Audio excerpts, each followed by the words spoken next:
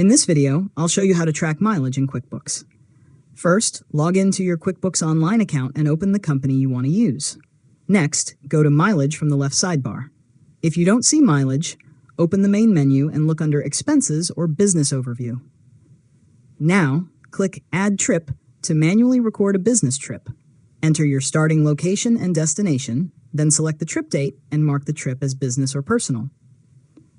After that, add a description or purpose for the trip and select a customer or project if you need to associate the mileage with one. QuickBooks can calculate the distance based on the locations you enter. Next, review the mileage and make sure the starting point, destination, date, and trip type are correct. If your version of QuickBooks supports automatic mileage tracking through the mobile app, you can enable that feature to record eligible trips automatically. Now, continue adding your business trips and keep personal trips separate. After that, review your mileage regularly and correct any trips that were categorized incorrectly.